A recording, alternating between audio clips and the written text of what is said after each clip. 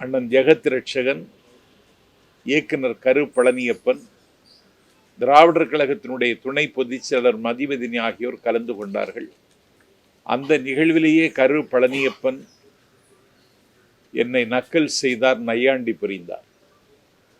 அதற்கு 5 நாளைக்கு முன்னால் திராவிட இயக்க தமிழர் பேரவை தலைவர், நான் பெரிதும் மதிக்கின்ற அண்ணன் பேராசிரியர் சுபவி, திமுக மேடையிலேயே என்னை குறைத்து பேசினார். நான் மனதளவில் உடைந்து போனேன். ஏன் இப்படி வசைப்படுகிறார்கள்? நான் அவர்களிடத்தில் ஒன்றும் கேட்கவில்லை. கேட்டாலும் ஒரு சைக்கிள் கூட தரமாட்டார். எந்த பரிந்துரைக்கும் நான் அவர்களிடத்திலே போய் நிற்பதும் இல்லை. ஏதோ 4 கூட்டங்கள் பேசி என்னுடைய நாட்களை நகர்த்தலாம் என்று பார்த்தால், என்னுடைய வயிற்றில் அடிப்பது மாதிரி என்னுடைய நிகழ்ச்சிகளை ரத்து செய்தது எனக்கு மிகுந்த வலியை தந்தது.